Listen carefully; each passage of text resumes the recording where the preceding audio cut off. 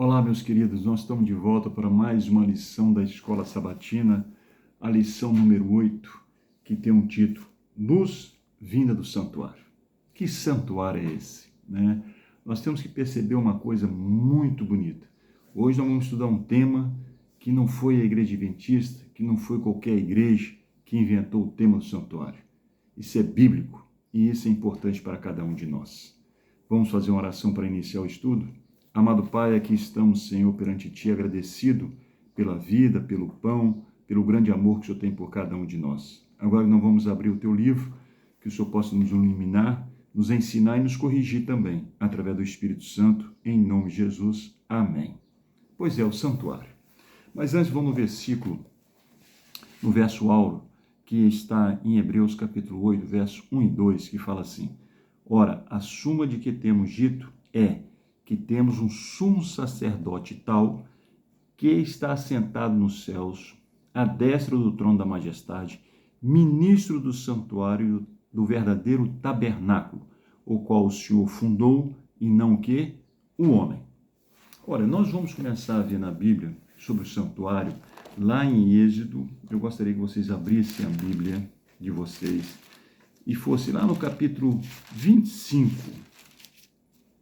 E Deus vai dar aqui uma ordem a Moisés muito interessante no verso 8, e no verso 9. E me farão um santuário para que eu habite no meio deles, conforme tudo que eu tenho te mostrar, para o modelo do tabernáculo e para o modelo de todos os seus móveis, assim mesmo o farei. Duas coisas importantes aqui. Vocês repararam que quando o povo sai do Egito e vai passar a sua viagem pelo deserto, Deus fala para Moisés: Moisés, você vai fazer um santuário, você vai fazer a minha casa. Aonde ia ser a localidade desse santuário? No meio do seu povo. Deus quer conviver com o seu povo, uma relação fortíssima, unida, para que ele possa ser o centro das nossas vidas. Já pensaram nisso? Então, naqueles acampamentos de todas as tribos de Israel, Deus estaria no centro. Hoje, na minha família, na minha igreja, na sua família, no seu trabalho, Deus tem que estar no centro das nossas vidas. Olha que coisa bonita o que ele faz com Moisés e o que ele transmite para o seu povo, não é verdade? E depois é o seguinte, ele fala o seguinte: Moisés, você vai construir um santuário que eu vou te dar um modelo. Se tem um modelo, é porque tem um original. E esse original está onde? No céu. Aí nós vamos desvendar várias coisas importantes que muita gente não compreende. E no santuário terrestre tinha 3 partes. O pátio, onde era levado o animal para morrer, o lugar santíssimo e o lugar santo e o lugar santíssimo, desculpa lá. Então era o pátio, o lugar santo e o lugar santíssimo. O lugar santíssimo, meus queridos, uma vez por ano, tinha que purificar o santuário. E nós vamos debater e se aprofundar um pouco também sobre essa situação aqui. É interessante que nós vamos ver aqui o termo santuário, como é usado na Bíblia, refere-se em primeiro lugar ao tabernáculo construído por Moisés.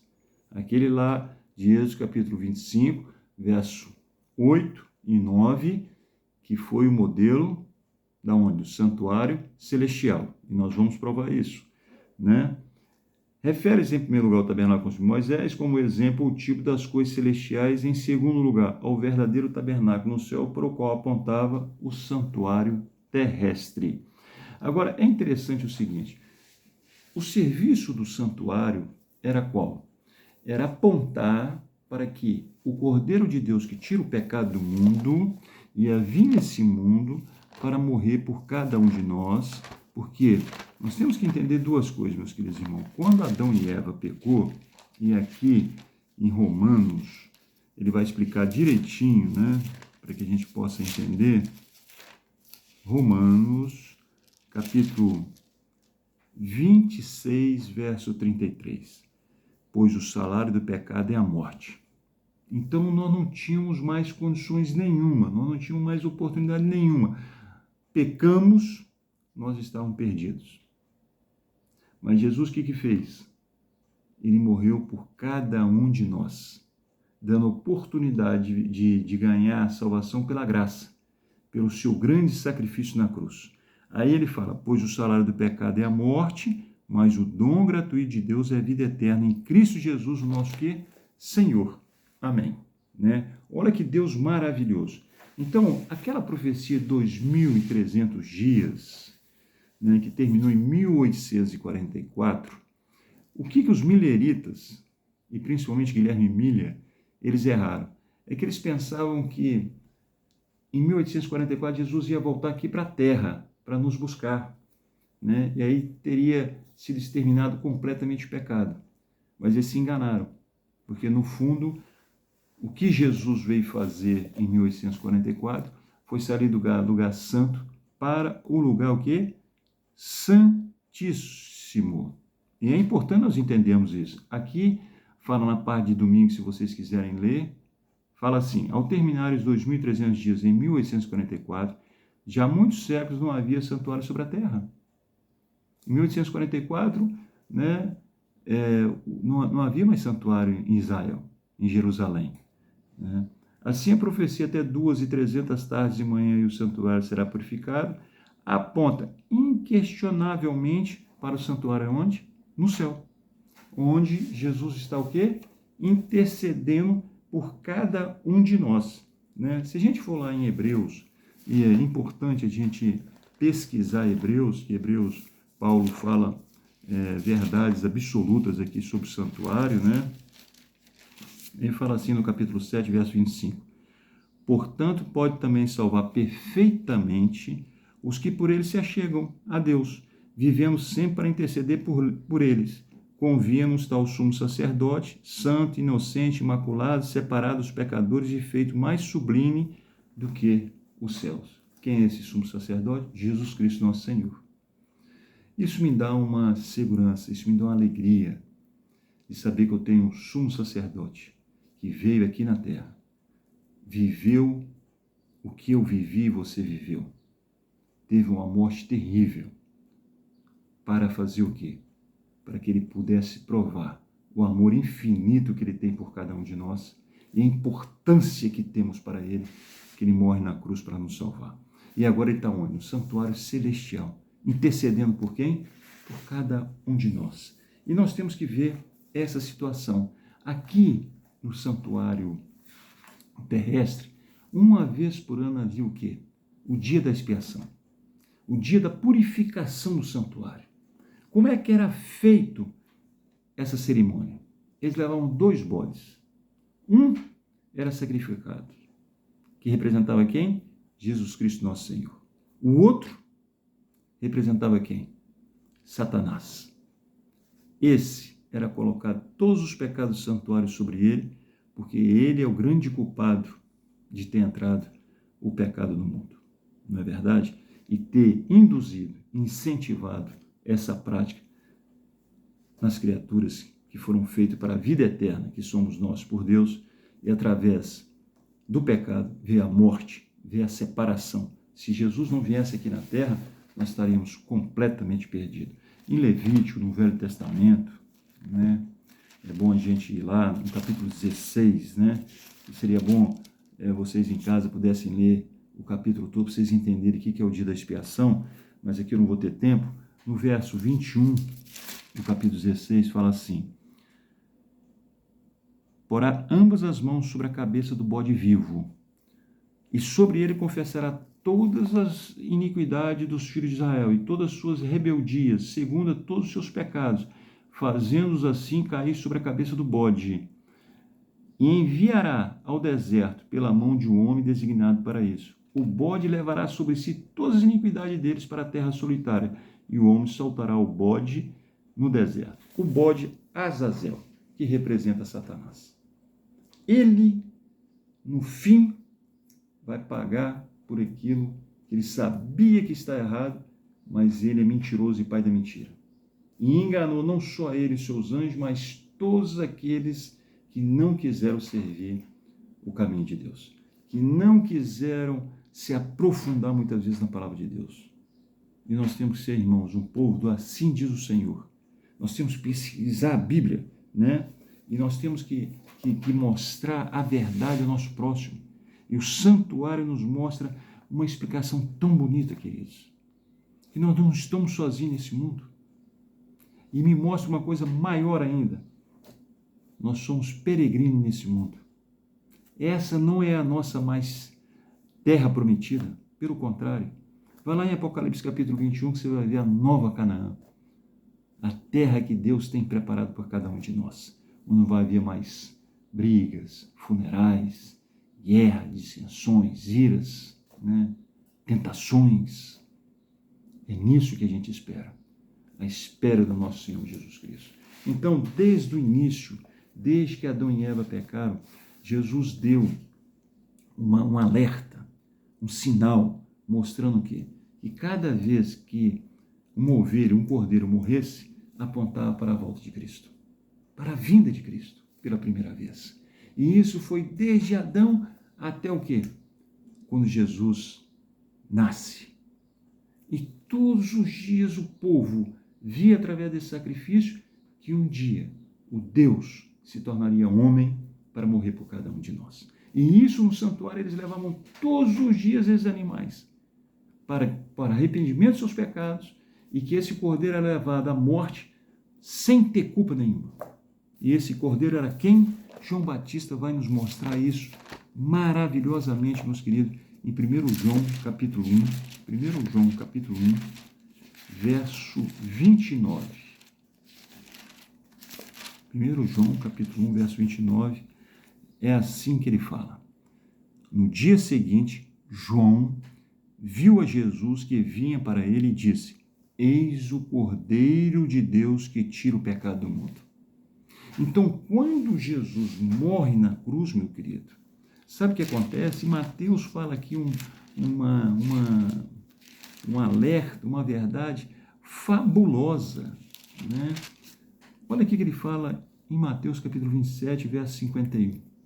No instante, vamos ver no verso 50, para a gente poder sintonizar melhor a mensagem.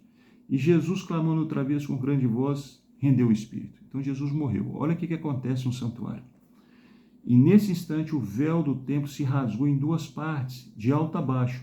Tremeu a terra e fenderam-se as rochas. Então, meus queridos, entre o lugar santo e o santíssimo, eles eram separados por uma cortina que só o sumo sacerdote podia passar uma vez por ano para ir lá fazer a expiação do santuário.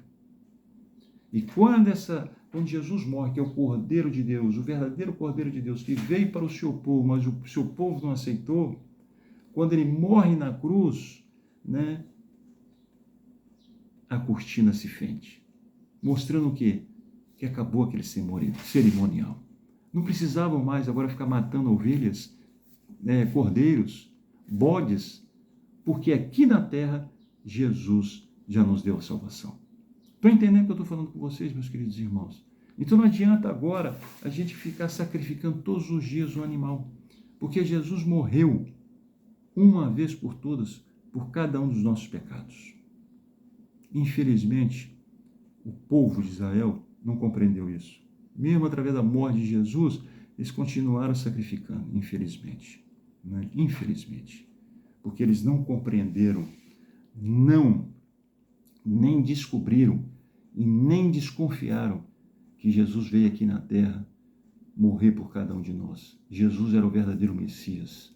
Vocês terem uma ideia, quando Jesus nasceu, Israel estava completamente o quê? Desligada desse acontecimento.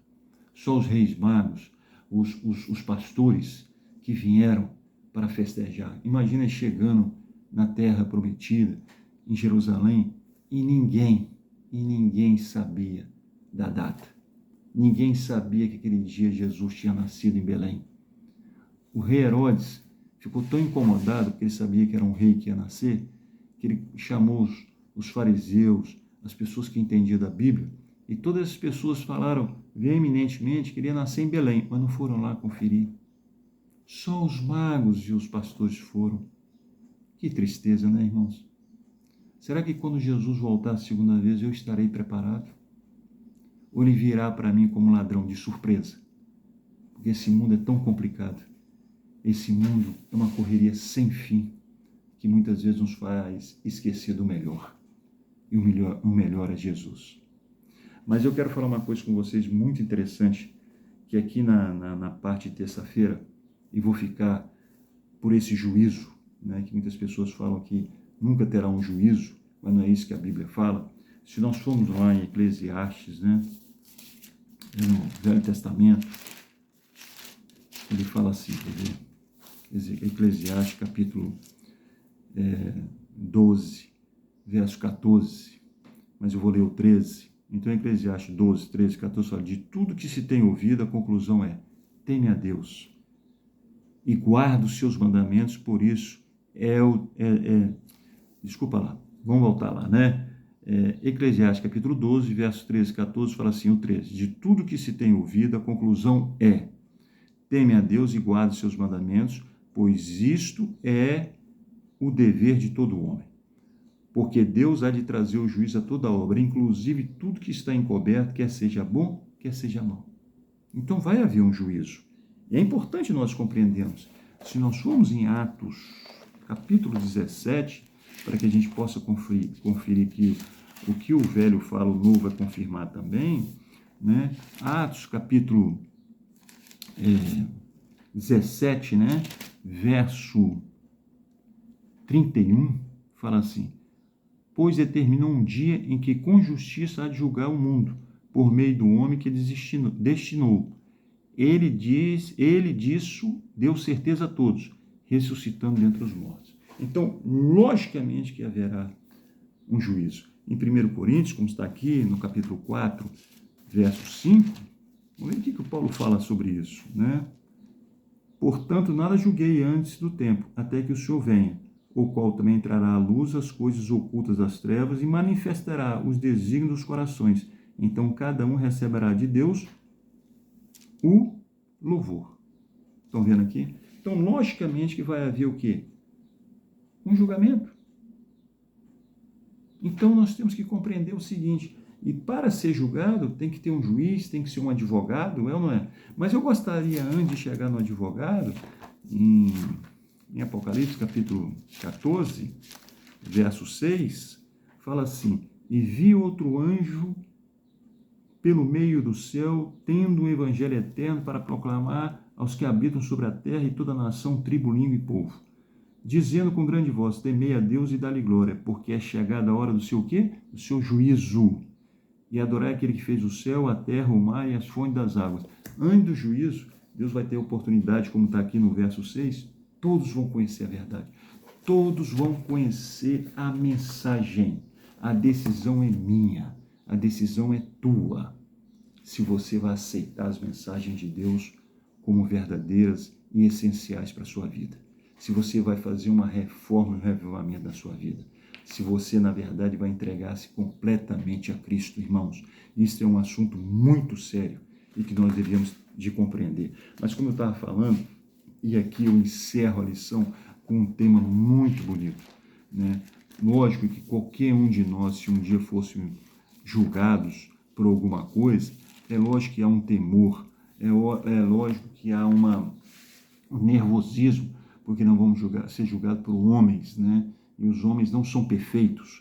Mas esse julgamento aqui que Deus faz, e principalmente lá em Atos, que ele fala que vai julgar o mundo com justiça, nós temos um advogado. E aqui fala, em 1 João, capítulo 2, e olha como João começa o versículo: meus filhinhos, estas coisas vos escrevo para que não pequeis. Se, porém, alguém pecar, temos um advogado para com o Pai, Jesus Cristo, o justo. Então, Jesus hoje está no santuário celestial, na parte santíssima, fazendo o quê? Intercedendo por ti. Agora também, meus queridos irmãos, eu não poderia deixar de lembrar vocês, de mostrar a vocês, no capítulo 11 de Apocalipse, no verso 19, fala uma coisa muito interessante, provando que o santuário é eterno, provando que a lei de Deus, os 10 mandamentos, é eterna. Ele escreveu essa lei com o seu próprio dedo. E aqui fala assim: abriu-se no céu. Então, abriu para João o céu. O templo de Deus. A arca da sua aliança foi vista no seu santuário. E houve relâmpagos, vozes, trovões, terremotos e grande chuva de pedras. Quando abre-se o céu, o que João vê? A igreja de Deus. E o que estava dentro da igreja de Deus? A arca da sua aliança. E o que tinha dentro da arca da aliança? Os 10 mandamentos. São eternos, irmãos. Se vocês forem ver, e termino com Deuteronômio, capítulo 10, eu gostaria que a gente fosse rapidamente lá para a gente provar isso para vocês, né? Moisés, quando recebeu as primeiras tábuas de pedra, e quando ele estava conversando com Deus, recebendo mais instruções, o que estava acontecendo lá embaixo com o povo? Arão, infelizmente, influenciado e sendo pressionado pelo povo, ele fez um bezerro de ouro. Então Deus mandou a Moisés descer. E quando Moisés desceu, ele ficou tão decepcionado, tão nervoso, que ele bateu as pedras, os 10 mandamentos, numa rocha e quebrou. Então, depois que Deus resolveu o problema ali do bezerro de ouro, Moisés teve que voltar novamente. E o que Deus vai falar aqui? No capítulo 10 de Deuteronômio, presta atenção, fala assim: naquele mesmo tempo me disse o Senhor, alisa 2 tábuas de pedra, como as primeiras, sobe a mim, a esse monte, e faz uma arca de madeira, a arca da aliança. Nessas 2 tábuas escreverei as palavras que estavam nas primeiras tábuas, que quebraste, e as porás na arca. Assim fiz uma arca de madeira de cetim, alisei 2 tábuas de pedra, como as primeiras, e subi ao monte com as 2 tábuas na mão.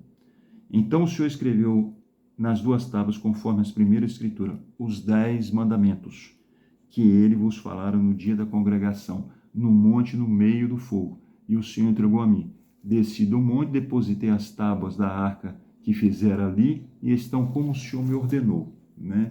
Se esse santuário, meus irmãos, era um modelo original, então as tábuas originais estão aonde? Né? E nota que a lei é eterna. Muitas pessoas falam comigo, mas a lei foi abolida. Como é que foi abolida? Então posso matar, posso roubar, posso adorar ídolos, posso adorar outros deuses? Isso não tem fundamento, meus queridos. E principalmente nesse versículo que eu vou repetir para vocês, Apocalipse capítulo 11, verso 19. Abriu-se no céu o templo de Deus e a arca da sua aliança foi vista no seu santuário. Está lá no céu. Os 10 mandamentos estão lá no céu. São eternos. Que Deus os abençoe. Mas lembre de uma coisa. Nós temos um advogado que nunca perdeu uma causa. Nós só temos que fazer uma coisa simples, é aceitá-lo.